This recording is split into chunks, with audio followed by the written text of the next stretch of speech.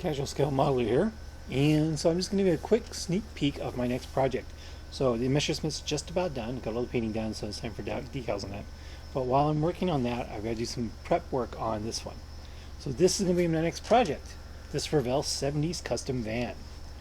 This was another kit I got at Salvation Army. I think this was $2.50 or $3 I paid for this. And considering what I see this kit going for on eBay, it's a pretty good price, even considering the condition it's in, because it's not on sprue at all. But again, for the price, I'm not going to really worry about it. I had no idea what I had here. I was also looking around on YouTube for more videos on this kit, and I didn't actually see any. So if anyone knows of a video on this kit, let me know. It looks like it's the same kit as like the Charlie's Angels and Hardy Boys vans, but with different decals, of course. This is it, the 70's custom van. So let's take a look to see what we got in here. Like I said, it's not on the sprue,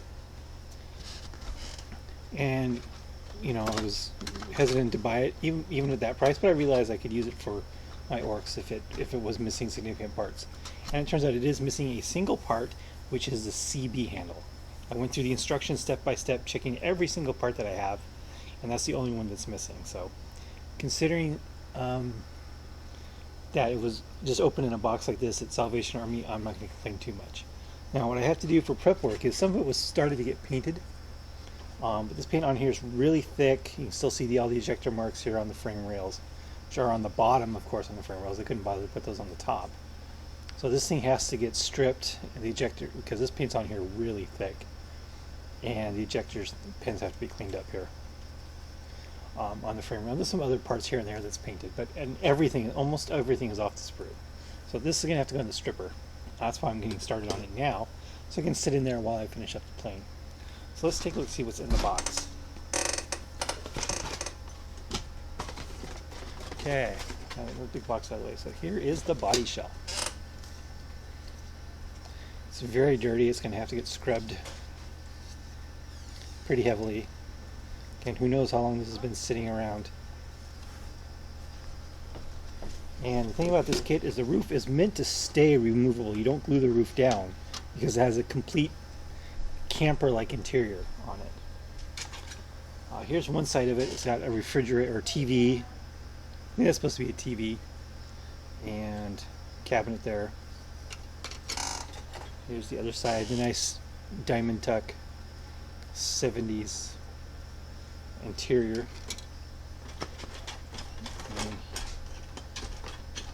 And here's the floor pan. Very nice carpet detail, and again that same diamond tuck stuff here on this side. And here's the bed. Actually, it's got a bed on it with pillows. It goes in the back here. Something about like that. So, it's got a bed, a TV, probably a refrigerator or storage, whatever that is, underneath it. Real 70s stuff here. It does have the instructions, which is nice. I went through all the instructions step by step, counting every single part I have. So here are the tires. So we got a couple big thick ones for the back, Goodyear GT radials. Some good nasty mold line down the middle. Smaller ones for the front. Still very thick, very big tires. The clear pieces are all here. They are kind of scratched up and of course very dirty. But other than that, I mean, I don't think there's going to be enough in there to really show. But very nice. So here's what is still left on the sprue here. So there's just a couple parts here. You got the pedals and some gauges and stuff here left on this sprue. And a few minor parts here on this sprue. That's it. Most of the parts are in the bag, were loose in the box when I got it. I have since put them in a Ziploc bag to keep them safe. But here are the decals. Again, pretty dirty. Most of it seems to be on the paper between the decals. Very, very 70s for sure. As I said, decals themselves don't look so dirty, but the paper around them is very dirty. So this just might actually work out. It's kind of wild and crazy graphics everywhere. flames. This gives you a couple options for different things to do to it too. Let's see, it looks like there's more than one set of decals on it. Let's check the decals.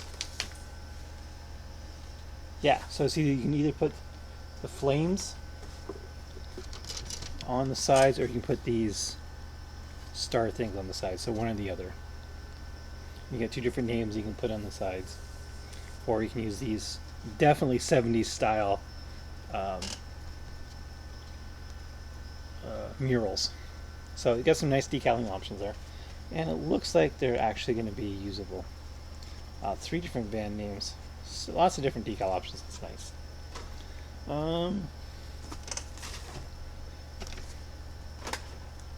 So let's see what else we got on here. What else do we have that's started on here? So we have all the bags of parts. So it's that dashboard again. So that's going straight in the stripper after I get done this video. So what else do we have in here? So the firewall, plain firewall. Radiator. Yep, radiator. It's going in the stripper. Let's see what else we got. Oh, some more suspension parts.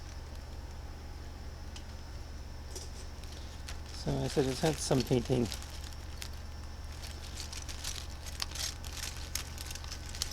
So you also did some painting here on the grill. That'll come off easily. I'm not a big fan of stripping the chrome, but this stuff looks like it's pretty. I don't know if it'll polish up. It looks like he tried to use some thinner or something to clean it up. So I might just have to end up stripping this anyway, despite the fact that I really don't like doing that. I just don't have any good paints to replace it with.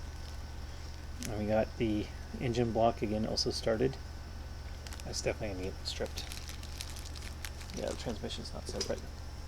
And we got, let's see, I want to see any paint on anything else here. Yeah, the drive shaft has paint, steering column. So all these parts here that have paint on them are going to have to go into the strip. Let's look at a couple of the shocks. So here are the rear doors. Let's see. Rear doors are supposed to open on this. Rear doors. Here's the hood with the gnarly hood scoop. The front spoiler. That's what it is. The seats again with the same good old diamond tuck pattern.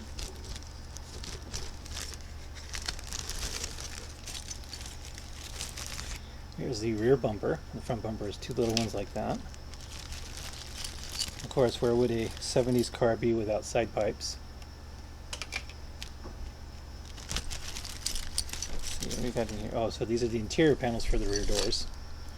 Same good old diamond tuck. Should take a wash very well, for sure. Let's see, we got a spoiler. Yep. Oh no, this is the dashboard. Or console. Console is probably what this is. You got the rest of the chrome parts. You got the mirrors with the antennas on them. Everything seems to be in pretty decent shape, for sure, despite rattling around the box at Salvation Army for who knows how long.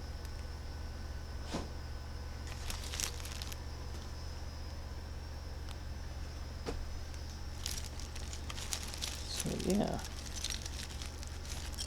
chrome air cleaner, which of course you'll never really see in this one. There's any way to...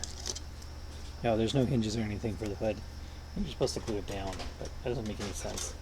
Why have a full engine when you're just going to glue the hood down? So, yeah. That is where we're at with this kit. There's some more painted parts in here. So it looks like...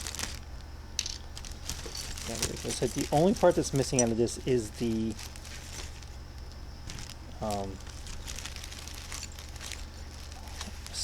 handle for the CB radio, which is fine. I can live with that. Let's put this on here so we have something to look at on the camera while I'm thinking about it. So I'm digging out the rest of the parts that need to go. Pedals, some suspension parts in here that have paint on them.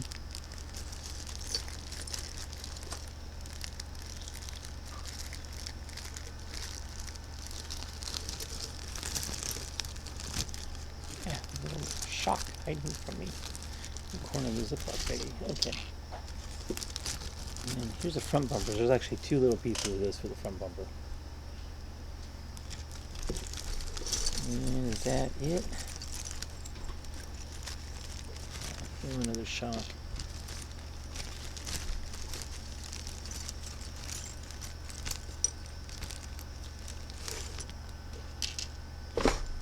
Okay. So yeah, that's where we're at. So I'm going to put these painted parts in the stripper here, and then after I get done with Messerschmitt, we'll get this all cleaned up. I'm going to start working on this van. So I'm going to try to do some things on here that I haven't done before, like flocking, make it actually look like shag carpet in here, like what's supposed to be in for a 70s van. Because where would you be in the 70s if you didn't have shag carpet, right? You wouldn't be anybody. So that's one of the biggest plans I have to do is kind of push myself on this and do some things I haven't done before. Mainly the interior flocking, just kind of make the interior look more realistic than just painted plastic. So that is the end of this video. I'm going to get started on stripping these things, get started on the decals on the Messerschmitt, and I'll see you in the next video.